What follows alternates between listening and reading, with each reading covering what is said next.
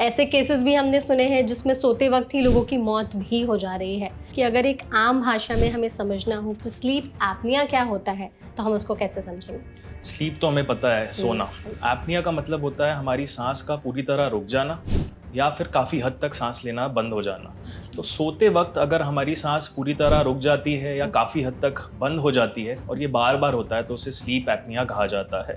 कुछ लोगों की 10 सेकंड के लिए रुकती है, कुछ लोगों की आधे मिनट, कुछ लोगों की 1.5-2 मिनट भी रुकती है जब वो गहरी नींद में होते हैं, जो उनको पता ही नहीं चलता है। तो अगर 10 सेकंड से लेके 1.5-2 मिनट तक सांस रुक रही है तो इसमें जान जाने का भी खतरा होता है? जाहिर सी बात है, जब ये सांस रुकती है तो हमारा ऑक्सीजन लेवल 4% से ज़्यादा नीचे गिरता है। तो क्या सच में खर्राटे लेना स्लीप एपनिया का सिम्टम होता है, और कब समझ जाना चाहिए कि खर्राटे लेना ज़्यादा सीरियस हो रहा है? एक लाउड खर्राटा, जो तेज आवाज वाला खर्राटा है, इतना लाउड जिस आवाज में आप बात कर रहे हैं उससे ऊपर की आवाज में अगर खर्राटा आ रहा है सोते वक्त ओके। या फिर ऐसा खर्राटा जो आपको दरवाजे के बाहर सुनाई दे रहा है, अच्छा। या फिर ऐसा खर्राटा जो आजू बाजू वालों की नींद खराब कर रहा है, वो डेफिनेटली स्लीप एपनिया का साइन है। ओके। तो कौन से लोग सबसे ज़्यादा रिस्क फैक्टर्स पे हैं स्लीप एपनिया के?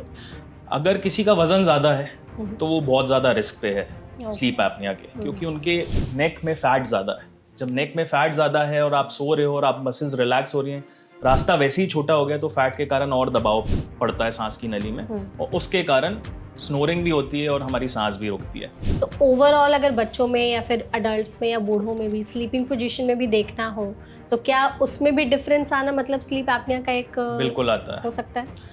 जो सबसे अच्छी स्लीपिंग पोजीशन है, अगर हम सिर्फ स्लीप एपनिया की बात कर रहे हैं, तो वो है कि स्लीप एपनिया कब जानलेवा बन जाती है और हमें किन वार्निंग साइंस पर ध्यान देना चाहिए समय रहते? आप जब रात को सो रहे थे खर्राटे ले तो आप खर्राटे ले रहे थे, या आपका जो सांस लेने का तरीका था वो बहुत अलग था और बीच बीच में हमें लग रहा था कि आप सांस ही नहीं ले रहे हैं, ये बहुत बड़ा वार्निंग साइन है।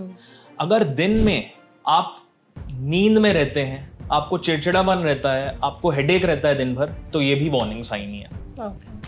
अगर इन वार्निंग साइंस को आप इग्नोर करते रहोगे तो जो बीमारियां उत्पन्न हो रही हैं, जो मैंने आपको बताई, चाहे वो कार्डियोवैस्कुलर डिजीज यानी कि दिल की बीमारियां बढ़ रही हैं, या फिर स्ट्रोक की बीमारी, या फिर डायबिटीज बढ़ रही है, तो अल्टीमेटली जब ये चलता रहता है तो अक्सर जो ऐसे व्यक्ति होते हैं वो रात को जब ऑक्सीजन कम हो रहा होता है तो वो कभी कभी इतना क्रिटिकली लो होता है कि लोगों को दिल का दौरा आता है सोते सोते हार्ट अटैक या फिर स्ट्रोक आता है।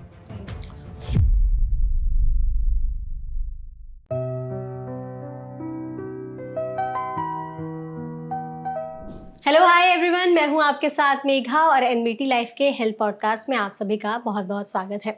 आज इस सेशन में हम एक बहुत ही इंपॉर्टेंट टॉपिक पर डिस्कस करने वाले हैं जिसके बारे में अक्सर लोगों को पता नहीं होता है और इसके सिम्टम्स वो लंबे टाइम तक इग्नोर कर रहे होते हैं। हम बात करेंगे स्लीप एपनिया के। नींद से जुड़ी ये एक बीमारी है जिसके लक्षण बहुत सारे ऐसे चीज़ें होती हैं जो लोगों को समझ में नहीं आती है, वो नज़रअंदाज भी कर देते हैं, जैसे खर्राटे लेना या फिर रात में बार बार नींद टूटना और ऐसे बहुत सारे लक्षण। लेकिन इस बीमारी को अगर लंबे समय तक इग्नोर किया जाए, इस पर ध्यान नहीं दिया जाए, तो ये गंभीर बीमारी में भी तब्दील हो सकती है जो आपके बाकी बॉडी ऑर्गन्स को भी अफेक्ट कर सकते हैं। इसीलिए स्लीप एपनिया के बारे में हमारे लिए जानना बेहद ज़रूरी है कि आखिर ये बीमारी इतनी सीरियस क्यों है। इसके लिए इस सेशन में हमारे साथ एक बहुत ही स्पेशल गेस्ट मौजूद है। हमारे साथ है डॉक्टर अक्षय बुधराजा, जो कि सीनियर कंसल्टेंट और एचओडी हैं sleep and respiratory medicine Akash health care में। तो डॉक्टर, सबसे पहले तो इस सेशन में आपका बहुत बहुत स्वागत है। Thank you so much. Thank you so much doctor, session में आप हमारे साथ जुड़े। इस सेशन के जरिए डॉक्टर हम लोग स्लीप एपनिया के बारे में लोगों को ज़्यादा अवेयर करने की कोशिश करेंगे। आजकल इसके केसेस बहुत सारे आ रहे हैं। ऐसे केसेस भी हमने सुने हैं जिसमें सोते वक्त ही लोगों की मौत भी हो जा रही है, तो ये एक जानलेवा बीमारी भी बन सकती है। तो सबसे पहले आप हमारी ऑडियंस को यही बताइए कि अगर एक आम भाषा में हमें समझना हो कि स्लीप एपनिया क्या होता है तो हम उसको कैसे समझेंगे? स्लीप तो हमें पता है, सोना। एपनिया का मतलब होता है हमारी सांस का पूरी तरह रुक जाना या फिर काफ़ी हद तक सांस लेना बंद हो जाना। तो सोते वक्त अगर हमारी सांस पूरी तरह रुक जाती है या काफ़ी हद तक बंद हो जाती है और ये बार बार होता है तो उसे स्लीप एपनिया कहा जाता है, जो कई कारणों से होता है। बट स्लीप एपनिया के जो बेसिकली जो सबसे दो मेन चीज़ें होती हैं वो होती हैं, एक ऑब्स्ट्रक्टिव स्लीप एपनिया यानी कि रुकावट के कारण सांस में जो हमारी जो विंड पाइप है उसमें ऊपर वाले हिस्से में अगर रुकावट हो रही है, उसके कारण अगर हो रहा है तो हम उसे ऑब्स्ट्रक्टिव स्लीप एपनिया कहते हैं। और अगर ये ब्रेन रिलेटेड है, जो ब्रेन है उससे ही हमारी जो मांसपेशियों में सिग्नल नहीं जा रहा है सांस लेने के लिए बीच बीच में, तो उसे हम सेंट्रल स्लीप एपनिया कहते हैं। तो 2 टाइप्स के भी होते हैं, दो तरह के ऑब्स्ट्रक्टिव होते और हैं। Central sleep but apnoea. जो स्लीप एपनिया है वो वर्ड ज्यादातर ऑब्स्ट्रक्टिव स्लीप एपनिया के लिए यूज किया जाता है क्योंकि वो ज्यादा कॉमन है। अच्छा, ओके। सिम्टम्स को अगर डिस्कस करते हैं तो सबसे पहले लोगों को यही लगता है कि खर्राटे लेना ही स्लीप एपनिया का एक सबसे बड़ा सिम्टम होता है। तो क्या सच में खर्राटे लेना स्लीप एपनिया का सिम्टम होता है, और कब समझ जाना चाहिए कि खर्राटे लेना ज़्यादा सीरियस हो रहा है? जी, खर्राटे लेना सबसे मुख्य सिम्टम होता है स्लीप एपनिया का, पर खर्राटे भी कई तरह के होते हैं। ओके। एक लाउड खर्राटा, जो तेज आवाज वाला खर्राटा है, इतना लाउड जिस आवाज में आप बात कर रहे हैं उससे ऊपर की आवाज में अगर खर्राटा आ रहा है सोते वक्त, ओके। या फिर ऐसा खर्राटा जो आपको दरवाजे के बाहर सुनाई दे रहा है, अच्छा। या फिर ऐसा खर्राटा जो आजू बाजू वालों की नींद खराब कर रहा है, वो डेफिनेटली स्लीप एपनिया का साइन है। ओके। अच्छा, कई सारे लोगों के साथ प्रॉब्लम होती है कि रात में सोते वक्त उनकी सांस अचानक से रुक जाती है, ये भी एक सिम्टम हो सकता है? जी बिल्कुल, क्योंकि स्लीप एपनिया वर्ड ही यही है कि सोते वक्त सांस का रुकना। बट यूजुअली जब सो रहे हैं तो हमें पता ही नहीं होता है। हम बहुत गहरी नींद में होते हैं या हम नींद में होते हैं, तो आसपास के लोग उसे ज्यादा विटनेस करते हैं। बट अगर वो भी सो रहे हैं तो बीच बीच में अगर आपको चोकिंग जैसा फील हो कि आप उठ जा रहे हो, तो वो एक स्लीप एपनिया का साइन है। कई बार पार्टनर्स ही बताते हैं कि रात में सोते वक्त तुम्हारी सांस रुक जा रही है बार बार, तो that can also be a sign. जी, क्योंकि अगर मैं बात करूं मरीजों की, तो मरीज हमेशा डिनाइल में होता है क्योंकि वो सो रहा है, तो पता ही नहीं होता। ये बहुत कॉमन है। अगर आप अपने दोस्तों में भी पूछोगे कि क्या मैं खर्राटा ले रहा था, वो बोलेंगे हाँ, बट हम मना कर देते हैं यार हमें तो नहीं पता चला। तो ये बहुत ही कॉमन होता है कि जो खर्राटा ले रहा है उसे बिल्कुल नहीं पता चलता है, वो आजू बाजू वाले लोग ही बताते हैं। ओके। अच्छा, सुबह अगर हम जब उठते हैं तो गला सूखा जैसा फील होना या चोक जैसा फील होना, ये भी एक साइन हो सकता है स्लीप एपनिया का? जी बिल्कुल। सो स्लीप एपनिया जो मैंने आपको बताया, ऑब्स्ट्रक्टिव स्लीप एपनिया मतलब हमारे ऊपर के सांस के रास्ते में रुकावट पैदा होने के कारण सांस का रुकना। तो वो रुकावट कैसी होती है मैं आपको वो समझा देता हूँ। जब हम गहरी नींद में होते हैं तो हमारी मसल्स रिलैक्स हो जाती हैं। हम किसी का हाथ उठाएंगे वो गिर जाता है, उसी तरह हमारी जीभ पीछे गिरती है। हमारा जो सॉफ्ट पैलेट है, तालू जिसे कहते हैं, जो सॉफ्ट एरिया है पीछे का, वो भी रिलैक्स हो जाता है। जब ये सारे टिश्यूज रिलैक्स हो जाते हैं तो हमारा जो एयरवे पैसेज है वो बहुत नैरो हो जाता है, बहुत छोटा हो जाता है। उसके कारण जो सांस का रास्ता छोटा रहता है तो हमारी सांस रुकने लगती है या पूरी तरह रुक जाती है। अच्छा। कुछ लोगों की 10 सेकंड के लिए रुकती है, कुछ लोगों की आधे मिनट, कुछ लोगों की 1.5-2 मिनट भी रुकती है जब वो गहरी नींद में होते हैं, जो उनको पता ही नहीं चलता है। एपनिया अगर हम मेडिकली बात करें तो 10 सेकंड से ज्यादा के लिए सांस के रुकने को एपनिया बोलते हैं, और 10 सेकंड से ज्यादा सांस पूरी तरह ना रुके लेकिन 30% से ज्यादा रुक रही है उसे हाइपोपनिया कहते हैं, और दोनों ही एक स्लीप एपनिया के प्रकार हैं। ओके। तो अगर 10 सेकंड से लेके 1.5-2 मिनट तक सांस रुक रही है तो इसमें जान जाने का भी खतरा होता है? जाहिर सी बात है, जब ये सांस रुकती है तो हमारा ऑक्सीजन लेवल 4% से ज्यादा नीचे गिरता है, जिसे हम सिग्निफिकेंट मानते हैं। अगर हमारा नॉर्मल ऑक्सीजन सैचुरेशन जो आप उंगली में चेक करते हैं ऑक्सीमीटर लगा के, वो 98 आ रहा है और वो 94 हो रहा है, या किसी का 95 है वो 91 हो रहा है, तो उसे सिग्निफिकेंट माना जाता है। स्लीप एपनिया के पेशेंट्स में वो बहुत ज्यादा कम हो जाता है, 80 हो जाता है, 70 हो जाता है, 60, 50 कहीं तक भी जा सकता है, और इतने लंबे समय के लिए परसिस्ट कर सकता है, जिसके कारण बॉडी में बहुत सारे चेंजेस आते हैं। बट जो गले सूखने वाली बात है, क्योंकि कोई भी एक नैरो पैसेज से जब हवा जाती है तो वो आसपास का एरिया को सुखा देती है, तो उसके कारण ड्राइनेस होती है। वो ड्राइनेस जरूरी नहीं सिर्फ सुबह हो, बहुत लोग रात में बीच बीच में उठते हैं, उनका गला सूख रहा होता है, वो पानी पीते हैं और फिर सोते हैं, तो ये स्लीप एपनिया का साइन है। अच्छा, सुबह उठते हुए अगर हेडेक जैसा फील हो रहा है या फटीग आ रहा है, तो ये भी एक साइन हो सकता है? बिल्कुल। स्लीप एपनिया का एक कॉमन साइन ये भी है कि जब आप सुबह उठ रहे हो तो आपका सिर भारी है या सिर दर्द हो रहा है। दूसरा साइन ये है कि वो बोलते हैं कि नींद पूरी नहीं हुई है, लग रहा है कि थोड़ा और सोना है, फिर वो अकॉर्डिंगली प्लान बना लेते कि अब मैं दोपहर में थोड़ा आधे घंटे की एक नींद ले लूंगा। अगर ये सुबह उठते ही आप ऐसा सोच रहे हो तो ये स्लीप एपनिया का साइन है डेफिनेटली। और कई लोगों के साथ ये भी प्रॉब्लम होती है कि बिना किसी रीजन के रात में उनको नींद ही नहीं आती, वो दीवार या पंखा ही देखते रहते हैं। हाँ बिल्कुल। तो बिना किसी वजह के भी नींद ना आना, ये भी कारण है? सो ये जो कारण है, ये जरूरी नहीं है स्लीप एपनिया के कारण, बट एक कारण स्लीप एपनिया भी है, दूसरा इंसोम्निया होता है जिसके अलग अलग रीजंस होते हैं। बट अगर आपकी स्लीप क्वालिटी अच्छी नहीं है तो sleep apnoea could be one of the reasons, ये एक कारण हो सकता है। ओके तो डॉक्टर, जितने हमने सिम्टम्स की बात की, कुछ और ऐसे वार्निंग सिग्नल्स होते हैं जो हमारी बॉडी दे रही होती है तो हमें अलर्ट हो जाना चाहिए कि हाँ ये स्लीप एपनिया का साइन हो सकता है? बिल्कुल। तो स्लीप एपनिया के बारे में मैंने आपको बताया कि जब हमारे सांस के रास्ते में रुकावट पैदा होती है, देखिए सोते समय सबकी मसल्स रिलैक्स होती हैं, लेकिन स्लीप एपनिया सबको नहीं होता है। करेक्ट। स्लीप एपनिया के लिए अलग अलग रिस्क फैक्टर्स होते हैं, तो मैं आपको उसके बारे में बताता हूँ पहले। अगर किसी का वजन ज़्यादा है तो वो बहुत ज़्यादा रिस्क पे है स्लीप एपनिया के, क्योंकि उनके नेक में फैट ज़्यादा है। जब नेक में फैट ज़्यादा है और आप सो रहे हो और आप मसल्स रिलैक्स हो रही हैं, रास्ता वैसे ही छोटा हो गया तो फैट के कारण और दबाव पड़ता है सांस की नली में, और उसके कारण स्नोरिंग भी होती है और हमारी सांस भी रुकती है। दूसरा बहुत कॉमन कारण होता है, एक क्राइटेरिया होता है अगर मैं आपको बताऊं तो, जिससे आप घर में बैठे बैठे अंदाजा लगा सकते हो कि आपको स्लीप एपनिया है कि नहीं है। अच्छा। उसे बोलते हैं स्टॉप बैंग। स्टॉप मतलब STOP। ठीक है। S का मतलब होता है स्नोरिंग।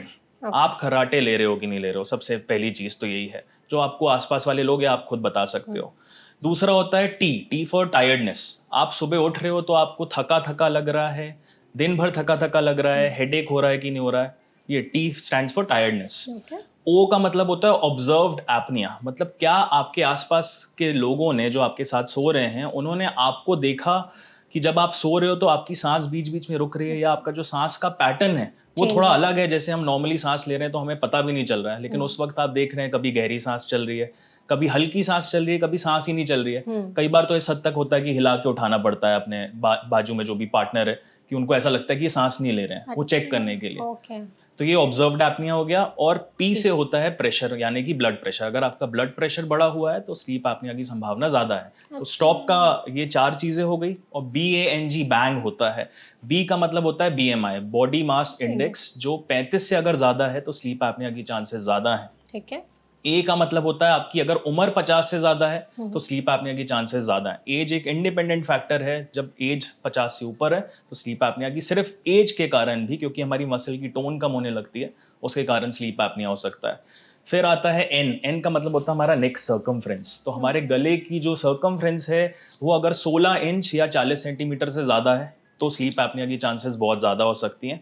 और G का मतलब है जेंडर, अगर मेल हो तो स्लीप एपनिया की चांसेस ज्यादा हो सकती हैं। तो अगर इनमें से जो STOP BANG, ये जो 8 चीजें हैं, इसमें से अगर 3 या 3 से अधिक है तो स्लीप एपनिया की चांसेस बहुत ज्यादा हैं, और 5 या 5 से ऊपर है तो मतलब स्लीप एपनिया डेफिनेट है, आपको अपने स्लीप स्पेशलिस्ट से मिलना चाहिए और इवैल्यूएट कराना चाहिए। ओके तो कौन से लोग सबसे ज़्यादा रिस्क फैक्टर्स पे हैं स्लीप एपनिया के, इसके बारे में तो आपने हमें बता दिया। तो अगर इन लोगों में ही हमें वार्निंग साइंस पहचानने हो और वो लोग को खुद भी पहचानना हो कि हाँ शायद मुझे अब जा करके चेक कराना चाहिए, कहीं मैं स्लीप एपनिया का शिकार तो नहीं हो रहा हूँ, तो हम फिर वो कैसे डायग्नोस करें? तो सिम्टम्स जो स्लीप एपनिया के होते हैं, क्योंकि ये नींद की बीमारी है, रात के वक्त होती है, तो इसके सिम्टम्स 2 भाग में डिवाइड कर दिए जाते हैं, रात के सिम्टम्स और दिन के सिम्टम्स। तो रात को जो सिम्टम्स होते हैं, सबसे पहला होता है स्नोरिंग।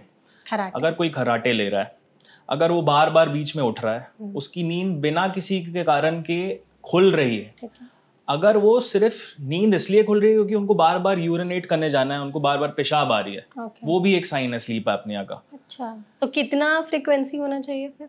फ्रीक्वेंसी नहीं होती है। If a person is sleeping well, the maximum number of time he will go for urination is 1 time maximum.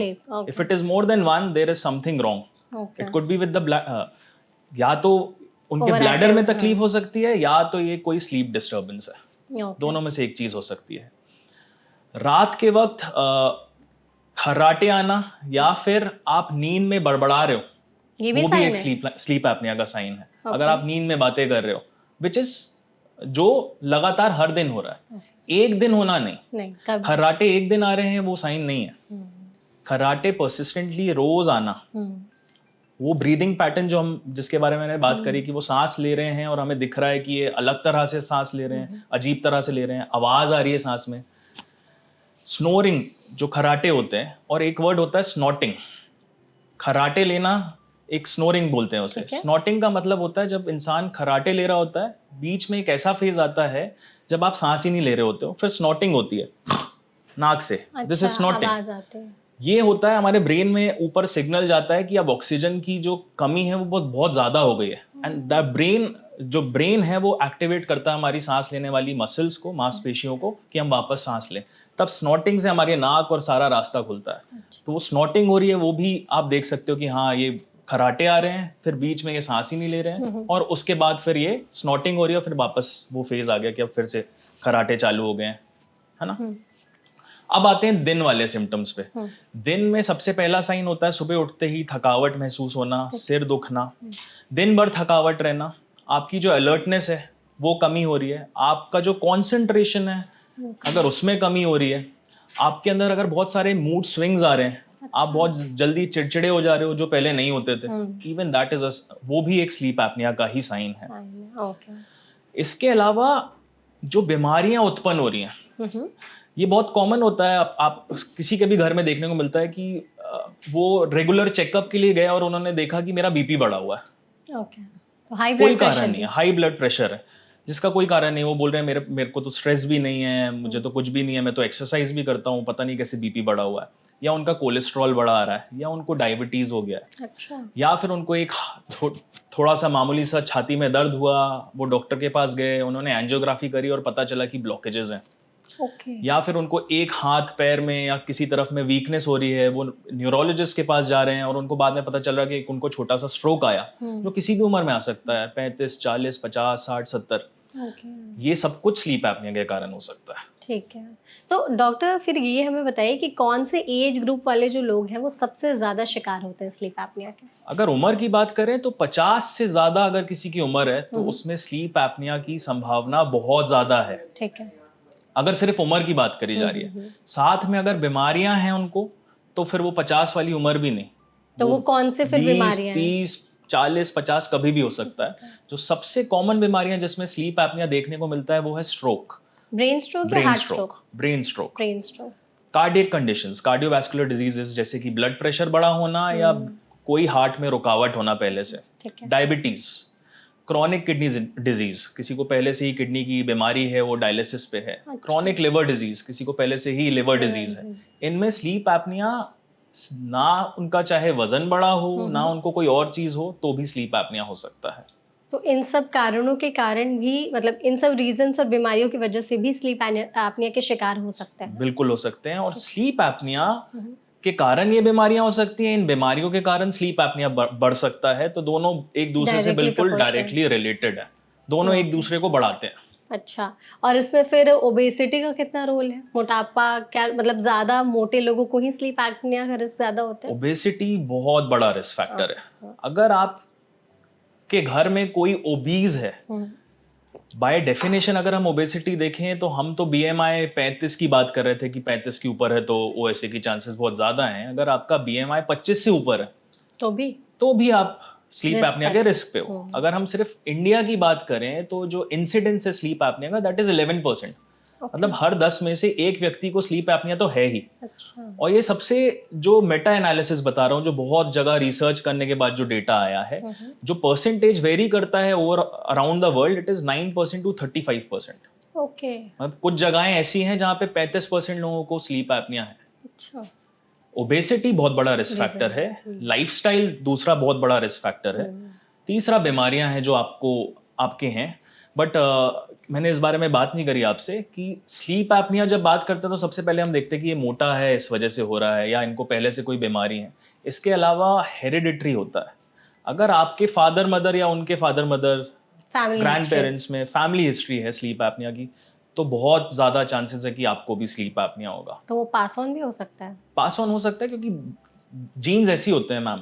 किसी को अगर डायबिटीज पहले रही है तो फैमिली में चांसेस होती हैं, थायराइड रहा है तो चांसेस होती हैं। एग्जैक्टली वैसे ही स्लीप एपनिया का भी कोरिलेशन है कि हेरिडिटरी भी होता है। तो दिन में बच्चों के भी काफी सिम्टम बड़ों जैसे ही होते हैं। सिर भारी होना, चिड़चिड़ापन होना, बहुत ज्यादा नींद आना, या फिर हाइपर एक्टिविटी होना। हाइपर एक्टिविटी का मतलब, हाइपर एक्टिविटी एक बहुत ही अम्ब्रेला टर्म है, बहुत ब्रॉड टर्म है, बट एक बच्चा जो बहुत ही ज्यादा एनर्जाइज्ड लग रहा है, वो इधर उधर भाग रहा है, किसी की सुन नहीं रहा है, और वो पूरे टाइम फुल ऑन एनर्जी लग रहा है, अगर वो हाइपर एक्टिविटी है, जो ऑफ कोर्स डॉक्टर इवैल्यूएट करके बताएगा, क्योंकि कुछ लोग वैसे भी एनर्जेटिक होते हैं, तो उसे कंफ्यूज नहीं करना है, तो वो डॉक्टर इवैल्यूएट करके बताएगा कि ये एक्चुअली हाइपर एक्टिविटी है कि नहीं है। अगर ये हाइपर एक्टिविटी है तो वो भी एक स्लीप एपनिया का साइन है। बट यूजुअली लोग हाइपर एक्टिविटी को, इवन कुछ डॉक्टर्स में देखा जाता है कि वो ADHD, एक और बीमारी होती है बच्चों में, अटेंशन डेफिसिट डिसऑर्डर, उससे वो एसोसिएट कर लेते हैं। बट ये दोनों बहुत अलग अलग चीजें हैं। इसके अलावा स्कूल में अगर पुअर परफॉर्मेंस हो रही है, even that is a sign of sleep apnea. School में पुअर परफॉर्मेंस का मतलब सिर्फ एग्जाम में नहीं, कॉन्सेंट्रेट करने में, सो जाने में, नींद आ रही है, चीजें याद नहीं हो रही हैं, ये सब कुछ बच्चों के स्लीप एपनिया में देखने को मिलता है। ओके अच्छा डॉक्टर, आपने जैसे यहाँ पे स्लीपिंग पोजीशंस की भी आप बात कर रहे थे बच्चों में, तो ओवरऑल अगर बच्चों में या फिर अडल्ट्स में या बूढ़ों में भी स्लीपिंग पोजीशन में भी देखना हो तो क्या उसमें भी डिफरेंस आना मतलब स्लीप एपनिया का एक बिल्कुल आता है, हो सकता है? जो सबसे अच्छी स्लीपिंग पोजीशन है, अगर हम सिर्फ स्लीप एपनिया की बात कर रहे हैं, तो वो है करवट पे सोना, किस साइड, लेफ्ट और राइट, किसी भी करवट पे सोना। सबसे रिस्की पोजीशन जो होती है वो होती है अपने बैक पे सोना। ओके। और अगर हम स्पाइन के लिए सिर्फ बात करें कि स्पाइन के साथ में अगर हम बात कर रहे हैं, तो उल्टा पेट के बल सोना और खराब पोजीशन होती है। अच्छा। बट कुछ लोगों को स्लीप एपनिया जिनको है, उन लोग जब उल्टा सोते हैं या करवट लेते लेते उल्टा हो जाते हैं, वो एक बेटर पोजीशन है अगर हम उसे कंपेयर करें बैक पे सोना। तो अगर आप बैक पे सो रहे हो, वो सबसे ज्यादा खतरनाक होता है। बट उस पे ऑफ कोर्स जब स्लीप एपनिया का ट्रीटमेंट होता है तो वो सारी पोजीशंस एंड ऑल के बारे में बताया जाता है कि किस तरह की चीजें यूज करी जाएं, तकिए, गद्दे, हर एक चीज का एक रोल है स्लीप एपनिया में, पहले भी और ट्रीटमेंट में भी। तो जैसे मैट्रेस और पिलो फिर हम कैसे चूज करें ताकि स्लीप एपनिया के रिस्क को हम कम कर सकें? किसी को अगर स्लीप एपनिया है, डेफिनेटली है, तो उनका जो मैट्रेस है वो फर्म होना चाहिए। जो बहुत ही फ्लफी होता है, जो अंदर धंसता है, वो और ज्यादा स्लीप एपनिया को बढ़ाएगा। जैसे होटल्स वगैरह में रहते जैसे हैं, होटल्स में होता है, होटल्स में स्नोरिंग इसलिए ज्यादा होती है, इसलिए वहां नहीं, वैसे नहीं रखना। बिल्कुल। इसी तरह जो नेक पिलो होता है, वो एक पिलो स्पेशली आता है, वेज पिलो कहते हैं। अगर किसी को स्लीप एपनिया तो वेज पिलो का यूज किया जाता है, जिससे आपका सांस का रास्ता खुला रहता है। अगर आप सीधा पीठ के बल भी सो रहे हो तो, क्योंकि कुछ लोग सो ही नहीं पाते हैं, उनको आदत होती है, बचपन से वैसे ही सोए होते हैं, पर धीरे धीरे वो करवट की आदत लगती है। तब तक एक फर्म मैट्रेस होनी चाहिए और जो पिलो होना चाहिए वो वेज शेप्ड होना चाहिए। किसी को स्लीप एपनिया है, अगर वो पिलो यूज नहीं कर रहा, उससे उसका स्लीप एपनिया बढ़ेगा। तो पिलो कुछ लोग नहीं यूज करते हैं बिकॉज ऑफ स्पाइनल रीजन, उनको बैक पेन हो रहा है, जो एक्चुअली और स्लीप एपनिया को बढ़ाता है। अच्छा, तो ये सारे कारण भी हो सकते हैं। इसमें फिर डाइट का कितना रोल है? कुछ ऐसे खाने की चीजें हैं जिसको खाने की वजह से स्लीप एपनिया का रिस्क बढ़ता है? बिल्कुल बढ़ता है। खाने में चीजें और खाने की टाइमिंग, ये दोनों चीजें हैं जो स्लीप एपनिया को बढ़ा सकती हैं। मीठा खाना, रात में सोने से पहले, अगर टाइमिंग की मैं अगर बात करूं तो सोने और रात के डिनर के बीच में एटलीस्ट 3 आवर्स का गैप होना चाहिए। अगर वो 3 घंटे का गैप नहीं है, आप खाना खाते ही लेट जा रहे हो और सो जा रहे हो, तो वो 2 चीजें करता है। एक तो आपका डाइजेस्टिव प्रोसेस उस वक्त चल रहा होता है, जिसके कारण आपकी स्लीप क्वालिटी वैसे ही खराब होती है, उससे स्लीप एपनिया बढ़ता है। दूसरा, आपको रिफ्लक्स डिजीज, डकार आना, खट्टी डकार आना, ये बढ़ता है, खाना ऊपर आना, ब्लोटिंग होना, पेट फूला फूला लगना, ये सारी चीजें बढ़ती हैं जो फिर दिन में भी चलती हैं, उसके कारण भी स्लीप एपनिया बढ़ता है। और किसी को अगर पहले से ही एसिडिटी, जिसे हम मेडिकल लैंग्वेज में गैस्ट्रोइसोफेजियल रिफ्लक्स डिजीज कहते हैं, GERD, अगर किसी को GERD है, वो भी एक इंडिपेंडेंट रिस्क फैक्टर है जो एक्चुअली स्लीप एपनिया करा सकता है। क्योंकि वो एसिड मटेरियल हमारे ऊपर क्रॉल करके आता है, गले पे आता है, उससे हमारे गले में सूजन बढ़ती है, क्योंकि वो एसिड मटेरियल होता है, उससे स्वेलिंग बढ़ती है, और स्वेलिंग के कारण भी हमारे सांस के रास्ते में रुकावट आती है। तो खाना खाना है, डिनर करना है, तो वो लगभग, अगर आप 11 बजे सो रहे हो तो 8 बजे तक हो जाना चाहिए। खाने में किसी भी डिजीज के लिए जैसे आपको बैलेंस डाइट लेनी होती है, उसी तरह स्लीप एपनिया के लिए भी बैलेंस डाइट लेनी होती है। There is no specific food जिससे स्लीप एपनिया कम होता है या स्लीप एपनिया बढ़ता है, बट देयर आर एडिक्शंस जिसके कारण स्लीप एपनिया बढ़ता है। कुछ लोगों की हैबिट होती है रात को अल्कोहल लेने की, रात को चाय लेने की, कॉफी लेने की, स्मोक करने की, कॉफी लेने की। ये सारे, अगर हम कैफिनेटेड ड्रिंक्स की बात करें जैसे कि कॉफी और चाय, ये हमारी स्लीप को डिस्टर्ब करती हैं, जिससे स्लीप एपनिया बढ़ सकता है। इसका डायरेक्ट रिलेशन नहीं है, बट अगर कोई अल्कोहल ले रहा है तो उसका डेफिनेट रोल है स्लीप एपनिया में। तो अल्कोहल लेने से स्लीप एपनिया बढ़ता है, और किसी को स्लीप एपनिया नहीं है तो स्लीप एपनिया हो सकता है। अच्छा, और कुछ खाने की भी चीज़ जो आप जैसे डेजर्ट्स वगैरह की बात कर रहे हाँ, थे? सो अगर बेसिकली कोई भी ऐसी चीज़ जो आपके अंदर फैट का कंटेंट बढ़ाएगी, जो आपके डाइजेशन को डिले करेगी, हम्म, जंक फूड्स, स्पाइसी मीठा फूड्स खाना, स्पाइसी खाना, ये सारी चीज़ें आपके स्लीप एपनिया को बढ़ा सकती हैं, स्पेशली अगर आप वो रात को ले रहे हो और ओके, अगर आप ओवर ईटिंग कर रहे हो। ठीक है। तो बैलेंस डाइट होनी चाहिए, उससे स्लीप एपनिया कुछ हद तक कंट्रोल होता है। But of course sleep apnoea, अगर मैं स्पेशली ऑब्स्ट्रक्टिव स्लीप एपनिया की बात करूं, ये एक मैकेनिकल प्रॉब्लम है, ये रुकावट है। हाँ, वो रुकावट मोटापे के कारण है, तो मोटापे को कम करना है। मोटापा कम करने के लिए अगेन हमें लाइफस्टाइल चेंजेस करने हैं, हमें उसका ट्रीटमेंट लेना है। तो वो सब कुछ इनडायरेक्टली स्लीप एपनिया से रिलेटेड है। related है। तो डाइट में कुछ फूड आइटम्स हैं जिन्हें खाकर अगर हम सोते हैं तो नींद थोड़ी बेहतर आती है, या स्लीप एपनिया थोड़ा सा कम हो सकता है, ऐसा कुछ है? नहीं। ऐसा नहीं है। सो आपने जो ये क्वेश्चन पूछा है, इस बारे में मैं बात करूंगा, क्योंकि जो हम कॉमनली देखते हैं, अगर कोई खर्राटे ले रहा है, रात भर बहुत खर्राटे लिए और 12 घंटे बाद उठ रहा है, तो उसके आसपास वाले बोलेंगे कि तू बहुत अच्छा सोया, तुझे बहुत अच्छी नींद आई, तू तो इतना गहरा सोया, हमें नहीं आई। है ना, हमें नहीं आई। बट ये बहुत बड़ी गलती है। लोग सोचते हैं कि खर्राटे आना, बहुत देर तक सोना बहुत अच्छा है, मतलब ये बहुत अच्छी नींद पूरी इज अ किया गुड साइन, वो समझते हैं। It is the worst sign rather. हाँ, ये सबसे खराब साइन है कि वो रात भर खर्राटे लेता रहा। ठीक तो है। हम जब अपनी फैमिली में देखते थे, अगर हम पहले भी बात करें कि हम ट्रेन में ट्रैवल कर रहे हैं और हम देख रहे हैं रात को इतने सारे लोग स्नोर कर रहे खर्राटे ले हैं और आप स्नोर नहीं कर रहे हो, और कभी कभी हम खुद पे शक करते थे कि यार हम अच्छा नहीं सोते हैं, ये सब खर्राटे ले रहे हैं आसपास। डीप स्लीप में एकदम। हाँ, सो डीप स्लीप और खर्राटे, ये दोनों बहुत अलग अलग चीजें चीज़ है। हैं। डीप स्लीप होने पे भी खर्राटे नहीं आते हैं, लोगों को खर्राटे आ लगता रहे हैं है मतलब कि बीमारी है। हाँ, लोगों को लगता है आप बहुत थक गए हो या आप एकदम गहरी नींद में हो, इसीलिए आपके खर्राटे आ जी। रहे हैं, बट दैट्स नॉट अ तो साइन, ये इट्स अ एक, रेड फ्लैग। हाँ, it is a red flag. तो ये बहुत बड़ा मिसकंसेप्शन है कि खर्राटे कोई ले रहा है तो मतलब वो बहुत अच्छा सोया है।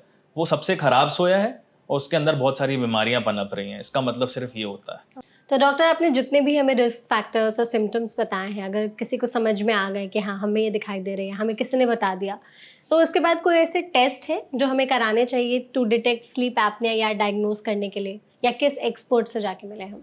बिल्कुल, जैसा मैंने आपको बताया, जो STOPBANG, अगर इसमें आपको 3 या उससे अधिक चीज़ें हैं तो आपको अपने स्लीप स्पेशलिस्ट से मिलना चाहिए। यूजुअली ये सांस के डॉक्टर्स होते हैं, रेस्पिरेटरी मेडिसिन या रेस्पिरेटरी एंड स्लीप मेडिसिन के डॉक्टर्स होते हैं। ओके। आपको उनके पास जाना है, वो एवेलुएट करेंगे, वो सारी चीज़ें देखेंगे, आपका BMI देखेंगे, आपके वाइटल्स यानी कि ब्लड प्रेशर देखेंगे कितना है, शुगर कितना है, थायराइड है कि नहीं है। ये कुछ चीज़ें हैं जो स्लीप एपनिया की तरफ इशारा करती हैं।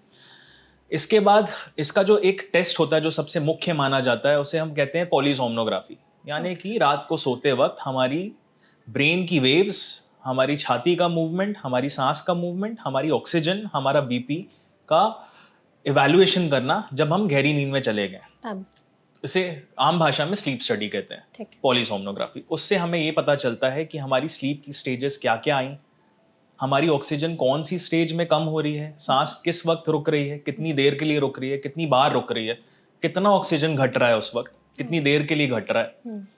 ये होता है एक फेज, जिसे हम स्लीप स्टडी कहते हैं, जिससे हमें पता चलता है कि स्लीप एपनिया है कि नहीं है। स्लीप एपनिया अगर हम डेफिनेशन की बात करें तो 1 घंटे में अगर आपकी सांस 5 से ज्यादा बार रुक रही है 10 सेकंड से ज्यादा के लिए, तो उसे हम स्लीप एपनिया कहते हैं। फिर उसके बाद उसकी ग्रेडिंग होती है कि वो 6 से 14 बार है तो माइल्ड है, 15 से 29 बार है तो मॉडरेट है, और अगर 30 से ज्यादा बार है तो सीवियर है।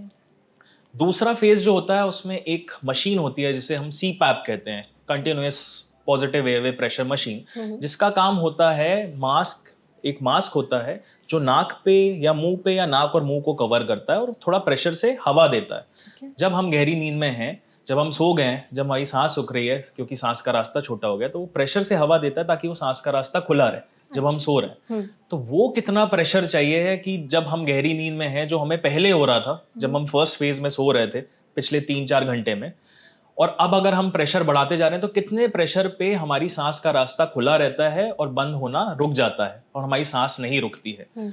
उसे टाइट्रेशन स्टडी कहते हैं। तो इसे हम कहते हैं स्लीप स्टडी, और स्लीप स्टडी से हमें पता चलता है कि स्लीप एपनिया है कि नहीं है, और अगर स्लीप एपनिया है तो आगे टाइट्रेशन स्टडी करी जाती है जिसमें वो मास्क लगा के आपको फिर से सुलाया जाता है और देखा जाता है कि कितने प्रेशर पे आपका जो सांस की रुकावट है वो अब नहीं हो रही है। तो ये जो टेस्ट है ये हॉस्पिटल में ही किया जाता है या फिर आपको दे दिया जाती है वो चीज़ कि आप घर पर करें? ये टेस्ट के अलग अलग लेवल्स होते हैं। जो सबसे अच्छी स्टडी होती है वो एक हॉस्पिटल में होती है, बट घर पे भी स्लीप स्टडी हो सकती है। उससे भी हमें अच्छा खासा एवेल्युएशन हो जाता है और हमें पता चल जाता है कि स्लीप एपनिया है कि नहीं है, और हमें उसके लिए कौन सी मशीन लेनी है। ओके। तो अगर पता चल गया पेशेंट को कि हाँ उन्हें स्लीप एपनिया डिटेक्ट हो गया है, तो उसके बाद फिर ट्रीटमेंट के हिसाब से उनका पहला स्टेप क्या होना चाहिए? ट्रीटमेंट में सबसे पहली चीज होती है हमें रिस्क फैक्टर्स देखने की क्या क्या थे। सीधे मशीन नहीं आती है कभी भी। ओके। तो हमें पता करना है कि क्या क्या रिस्क फैक्टर्स हैं। उसमें पहले उनकी बीमारियां जो पहले से ही हैं, शायद उनको पता हो या ना पता हो। नहीं पता है तो उसका ट्रीटमेंट चालू करना। अगर उनको पता है और वो अगर कंट्रोल में नहीं है तो उसे कंट्रोल करना। दूसरा आता है लाइफस्टाइल मॉडिफिकेशन। लाइफस्टाइल मॉडिफिकेशन में हमारी स्लीप हाइजीन। स्लीप हाइजीन का मतलब होता है कि आप कितने बजे सोते हो, उससे पहले क्या खाते हो, दिन भर क्या करते हो, उस पर निर्भर करता है। तो आपका जो स्लीप साइकिल है, नेचुरल स्लीप साइकिल, वो एक समय पे सोना और एक समय पे उठना होना चाहिए। अगर आप 10 बजे सो रहे हो और 6 बजे उठ रहे हो तो वो रोज फॉलो होना चाहिए। रोज का मतलब वीकेंड्स पे भी फॉलो होना चाहिए। जिस दिन हॉलीडे है, जिस दिन संडे है, उस दिन भी फॉलो होना चाहिए। तब आपकी नेचुरल स्लीप साइकिल बनती है। सोने से पहले आप क्या कर रहे हो वो भी उतना ही इंपॉर्टेंट होता है। अगर आप एक लाइट वाले रूम में सो रहे हो तो आपकी स्लीप क्वालिटी अच्छी हो ही नहीं सकती है। तो डार्क रूम होना चाहिए। फिर ब्लू लाइट का बहुत बड़ा रोल है। सबके फोन में, टीवीज में, सब में ब्लू लाइट है जो एक्चुअली आपकी अलर्टनेस और बढ़ाती है, आपके ब्रेन को स्टिमुलेट करती है, आपको नींद आने में समय लगता है, और आपकी जो स्लीप साइकिल है वो ठीक नहीं रहती है, और आपकी जो स्लीप है वो फ्रैगमेंटेड रहती है। मतलब आप एक साथ लंबा नहीं सोते हो, बीच बीच में नींद खुलती है बिकॉज ऑफ दिस।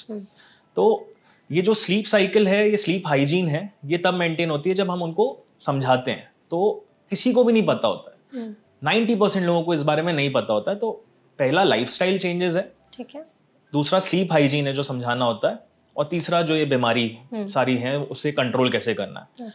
उसके बाद अगर किसी का वजन ज्यादा है, अक्सर ज्यादा लोग वही होते हैं जो हॉस्पिटल में आते हैं क्योंकि उनका वजन ज्यादा होता है। तो हमें पता होता है कि उनको भी पता चल जाता है, उनको कोई आसपास वाला बोल देता है कि स्लीप एपनिया का टेस्ट करा लो, क्योंकि लोगों के अंदर अब इतनी तो समझ आ गई है कि अवेयरनेस आ गई है कि कोई किसी का वजन ज्यादा है तो उसको तो स्लीप एपनिया हो ही सकता है। तो वो लोग आते हैं, तो उनका वेट रिडक्शन के लिए डाइटरी मॉडिफिकेशंस करने होते हैं, और साथ ही साथ लाइफस्टाइल चेंजेस उनको सिखाने होते हैं। इसके बाद रोल आता है मशीन का। तो मशीन जो है वो एक किसी के लिए बहुत डिफिकल्ट चीज़ है और किसी के लिए वो बहुत आसान है वो मशीन लगाना। ये निर्भर करता है कि आप काउंसलिंग कैसी कर रहे हो मरीज की। उनको स्लीप एपनिया के बारे में पहले समझना पड़ेगा, क्योंकि उनके दिमाग में सिर्फ यही रहेगा कि मुझे खर्राटे नहीं आते, क्योंकि वो खुद नहीं सुनते हैं। और वो सोते अच्छा है रात भर, बल्कि दिन में भी सो जाते हैं। तो उनको समझाना पड़ेगा स्लीप एपनिया क्या है, उनको क्यों हुआ है, कैसे वो उनका नुकसान कर सकता है, कैसे वो इतनी सारी बीमारियां पैदा कर सकता है, और कितना ज्यादा लीथल हो सकता है, और फिर मशीन कैसे लगानी है और क्यों लगानी है और कब तक लगानी है वो भी समझाना होता है। कभी भी किसी मरीज को ये नहीं समझाना होता कि ये मशीन है, अब ये आप लगा लेना। अगर आप ये कहोगे ना वो मशीन लगाएगा ना उनका स्लीप एपनिया ठीक होगा। और साथ ही साथ ये भी समझाना चाहिए कि ये जो स्लीप एपनिया की जो मशीन है ये जीवन भर नहीं लगनी है। क्योंकि लोग सोच लेते हैं कि अब तो ये जीवन भर की बला है। ऐसा नहीं है। अगर आप सारी चीजें फॉलो कर रहे हो, आप अपनी सारी बीमारियां कंट्रोल कर रहे हो, आप अपनी लाइफस्टाइल बेटर कर रहे हो, आप अपनी स्लीप हाइजीन बेटर कर रहे हो, और आप सीपैप भी टाइमली लगा रहे हो, तो एक समय के बाद ये सारे मॉडिफिकेशन के बाद वो सीपैप मशीन हट भी जाती है। तो मतलब मिनिमम और मैक्सिमम ड्यूरेशन क्या होता है कि फिर ट्रीटमेंट बंद हो जाता है? ये निर्भर करता है कि किस कारण से स्लीप एपनिया है। किसी को मोटापे के कारण है, अगर वो अपना वजन लगभग 15 से 20% कम कर लेता है तो डेफिनेटली स्लीप एपनिया खत्म हो जाता है। अच्छा। 10% वजन भी कम करने पे स्लीप एपनिया की मशीन लगाना बंद हो जाती है यूजुअली। सिर्फ 10% बॉडी वेट कम करने से। तो ये तो सिर्फ मोटापे वाली बात हो गई। इसके बाद बाकी लाइफस्टाइल है, बट किसी को किसी और कारण से, जैसा मैंने आपको एनाटॉमी के बारे में बताया था कि अगर उनकी ठुड्डी पीछे है, उनके नाक में पॉलिप है, उनको साइनस की प्रॉब्लम है, तो उसके लिए कुछ सर्जिकल इंटरवेंशन होते हैं। किसी को एस्थमा है, उसके कारण स्लीप एपनिया हो रहा है, तो उनको एस्थमा का ट्रीटमेंट देना होता है। तो इट डिपेंड्स। तो ये बहुत वेरी करता है, वो कारण क्या है, किस तरह का स्लीप एपनिया है, किस कारण से, उस पर निर्भर करता है। बट मान के चलिए कि 3 महीने से 6 महीने तो वो सीपैप मशीन लगानी होगी। उसके अलावा हो सकता है कुछ लोगों को जीवन भर यूज करना पड़े, क्योंकि कुछ लोग ऐसे होते हैं जिनका वजन ऐसा होता है कि वो कम नहीं हो सकता है दूसरे कारणों से। उनको पहले से ही कोई CNS रिलेटेड प्रॉब्लम है, वो स्ट्रोक के मरीज हैं, उनका पैरालिसिस है, या उनका वजन कुछ ज्यादा ही है, तो कम करने में उसमें दिक्कत होती है। तो इसमें सर्जरी भी करनी पड़ती है स्लीप एपनिया अगर बहुत ज्यादा वर्स हो जाए तो? सो स्लीप एपनिया में सर्जरी का रोल तब है जब कोई एनाटॉमिकल प्रॉब्लम है। मतलब क्या, मतलब जैसे एनाटॉमिकल प्रॉब्लम का मतलब कि हमारी नाक में अगर हड्डी टेढ़ी है, अच्छा, या कोई पॉलिप है, या आपको टॉन्सिल है जो बार बार हो रहा है या वो ठीक ही नहीं हो रहा है, तब सर्जरी की जरूरत पड़ती है। अगर ये जॉ है, ये पीछे है, तो जॉ को आगे बढ़ाने के लिए सर्जरी होती है।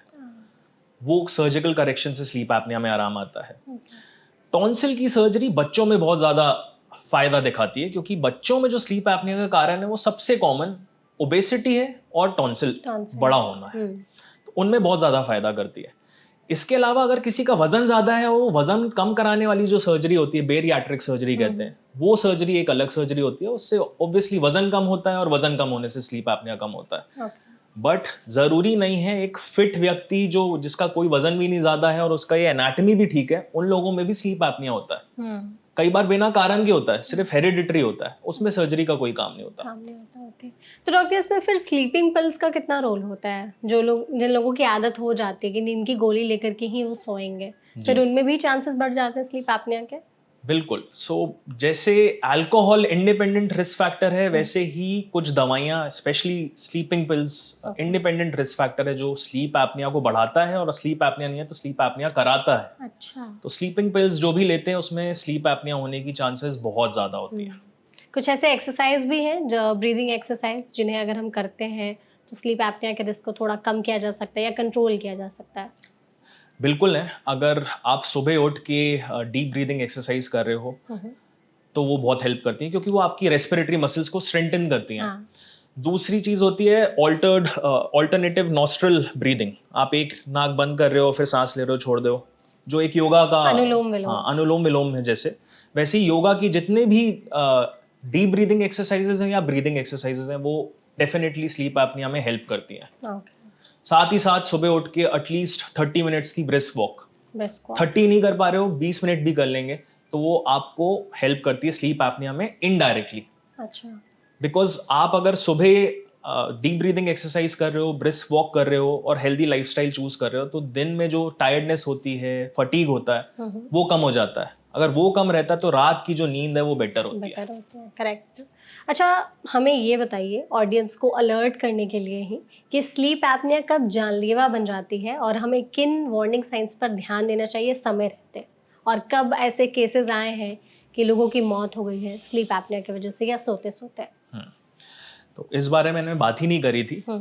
तो स्लीप एपनिया के बारे में मैंने आपको बताया है कि स्लीप एपनिया तब होता है जब आप गहरी नींद में जाते हैं। गहरी नींद भी नहीं है, जब आप सोते हैं और आपके सांस के रास्ते में रुकावट पैदा हो जाती है, क्योंकि आपकी मसल्स रिलैक्स हो जाती हैं, जिसके कारण ऑक्सीजन की कमी होती है। जब ऑक्सीजन की कमी होती है तो वो ऑक्सीजन हमारे शरीर में सब जगह कम ही जाती है, ब्रेन में भी कम जाती है, वाइटल ऑर्गन्स में भी कम जाती है, स्किन में भी कम जाती है। इसके कारण ऑक्सीडेटिव स्ट्रेस बढ़ता है, इन्फ्लेमेशन बढ़ती है। इसके कारण हार्मोनल डिस्टर्बेंसेस होते हैं एक तरफ, जिससे डायबिटीज और बाकी थायराइड वाली बीमारियां उत्पन्न होती हैं। इसके कारण हमारी जो वेसल्स हैं, जो नसें हैं, ऑक्सीडेटिव स्ट्रेस के कारण उसमें ब्लॉकेजेस आना पैदा होना चालू हो जाते हैं, जिसके कारण हमारा ब्लड प्रेशर बढ़ता है, जिसके कारण हार्ट में ब्लॉकेजेस बढ़ने की संभावना, स्ट्रोक, जिसके ब्रेन में जो वेसल्स हैं उसमें ब्लॉकेजेस बढ़ने की संभावना बढ़ते चले जाती है। इसके अलावा इसमें हार्मोनल चेंजेस के अलावा जो मूड स्विंग्स होते हैं वो भी इसी कारण से होते हैं, क्योंकि रात भर ऑक्सीडेटिव स्ट्रेस रहता है। अब ये जो स्ट्रेस है ये पहले तो सिर्फ रात हो रहा होता है कि रात को ही ब्लड प्रेशर बढ़ रहा होता है, रात को ही हार्मोनल चेंजेस आ रहे होते हैं। बट अगर स्लीप एपनिया परसिस्ट करता रहे तो वो दिन में भी आना चालू हो जाता है। तब आप दिन में आप अपना ब्लड प्रेशर चेक करते हैं, वो बिना कारण से बढ़ा आ रहा होता है, तो वो स्लीप एपनिया का साइन होता है। तो वार्निंग साइंस की अगर बात करी जाए तो स्नोरिंग सबसे बड़ा वार्निंग साइन है। अगर कोई खर्राटा ले रहा है तो उसको एक बार अपने स्लीप स्पेशलिस्ट को जाके दिखाना ही है। अगर उनके पार्टनर उनको ये बता रहे हैं कि आप जब रात को सो रहे थे खराटे ले तो आप खराटे ले रहे थे या आपका जो सांस लेने का तरीका था वो बहुत अलग था और बीच बीच में हमें लग रहा था कि आप सांस ही नहीं ले रहे हैं, ये बहुत बड़ा वार्निंग साइन है। अगर दिन में आप नींद में रहते हैं, आपको चिड़चिड़ापन रहता है, आपको हेडेक रहता है दिन भर, तो ये भी वार्निंग साइन ही है। अगर इन वार्निंग साइंस को आप इग्नोर करते रहोगे तो जो बीमारियां उत्पन्न हो रही हैं, जो मैंने आपको बताई, चाहे वो कार्डियोवैस्कुलर डिजीज यानी कि दिल की बीमारियां बढ़ रही हैं या फिर स्ट्रोक की बीमारी या फिर डायबिटीज बढ़ रही है, तो अल्टीमेटली जब ये चलता रहता है तो अक्सर जो ऐसे व्यक्ति होते हैं वो रात को जब ऑक्सीजन कम हो रहा होता है तो वो कभी कभी इतना क्रिटिकली लो होता है कि लोगों को दिल का दौरा आता है सोते सोते हार्ट अटैक या फिर स्ट्रोक आता है, ब्रेन स्ट्रोक आता है। अब जो लोग आस पड़ोस के, जब किसी की उम्र ज्यादा होती है, क्योंकि 50 साल की उम्र के बाद स्लीप एपनिया बहुत कॉमन होता है, तो जब वो 60, 70, 80 पे होते हैं तो आसपास के लोग, पड़ोसी लोग बोलते हैं कि इनको भगवान ने बड़े प्यार से बुला लिया, सोते सोते चले गए। तो वो भगवान ने नहीं बुलाया है, वो स्लीप एपनिया के कारण हुआ है, ये समझना पड़ेगा। उनकी लाइफस्टाइल थी वैसी, उनकी लाइफस्टाइल थी या फिर लाइफस्टाइल अच्छी थी, हेरिडिटरी था या वजन ज्यादा था या कोई एक ऐसी बीमारी थी जो वो कंट्रोल नहीं कर रहे थे। तो सिर्फ लाइफस्टाइल अच्छा होना मतलब ये नहीं होगा कि स्लीप एपनिया नहीं हो सकता। स्लीप एपनिया के साइंस हैं, सिम्टम्स हैं, अगर वो आपके अंदर हैं, आपको दिख रहे हैं, तो आपको जाके इवैल्यूएट कराना चाहिए कि स्लीप एपनिया एक्चुअली है कि नहीं है। बहुत लोग आते हैं, बहुत लोग घर में ऐसे होते हैं जो बोलते हैं कि मुझे क्यों हो गया, मुझे बीपी कैसे हो गया, मेरे घर में किसी को नहीं था, मुझे डायबिटीज कैसे हो गई, मुझे स्ट्रोक कैसे हो गया। It happens because of sleep apnoea, जो पता ही नहीं होता है। इवन ऐसे मरीज भी होते हैं जो अपनी हार्ट के ब्लॉकेजेस का ट्रीटमेंट करा रहे हैं, वो स्टेंट डलवा रहे हैं, वो बाईपास सर्जरी करा रहे हैं, उनने ये जानने की कोशिश नहीं करी कि हुआ क्यों, और आगे भी स्लीप एपनिया चलता रहता है। और फिर वो ये सोचते हैं कि हमारे स्टेंट गलत डले थे, हमारी सर्जरी ठीक नहीं हुई थी, हमने तो सब कुछ फॉलो किया था, डॉक्टर ने गलत दवाई दी थी, क्योंकि उन्होंने सोचा ही नहीं कि अभी भी स्लीप एपनिया तो चल ही रहा है, वो फिर से बीमारियां बढ़ाएगा, वो फिर से लीथल होगा, फिर उससे जान जा सकती है, दिल का दौरा आने से, स्ट्रोक आने से, बाकी बीमारियों से जो स्लीप एपनिया के कारण या तो बन गई हैं या हैं पहले से, तो वो ठीक नहीं हो रही है, कंट्रोल नहीं हो रही है। एग्जैक्टली तो ये सारे रिस्क फैक्टर्स हैं जिन्हें हमें समय रहते ध्यान देना चाहिए जी, अदरवाइज स्लीप एपनिया जो है वो जानलेवा भी हो सकता है। तो आई गेस इस सेशन में हमने स्लीप एपनिया पे बहुत ही अच्छे से सब कुछ विस्तार से समझा। I hope you enjoyed the session. Yes, I enjoyed it. Thank you so much हमारे साथ जुड़ने के लिए, and thank you so much audience, आपने इस वीडियो को एंड तक देखा। आई होप स्लीप एपनिया से रिलेटेड जितने भी सवाल आपके मन में होंगे उन सभी सवालों के जवाब आपको मिल गए हैं। उसके अलावा भी अगर आपके मन में कोई सवाल रह गए हो तो आप कमेंट सेक्शन के जरिए हमसे पूछ सकते हैं। ऐसे और भी वीडियोस के लिए हमारे चैनल एनबीटी लाइफ को सब्सक्राइब जरूर करिएगा। ये वीडियो अच्छी लगी हो तो इसे लाइक शेयर करके कमेंट सेक्शन में अपना फीडबैक देना मत भूलिएगा। Thank you so much.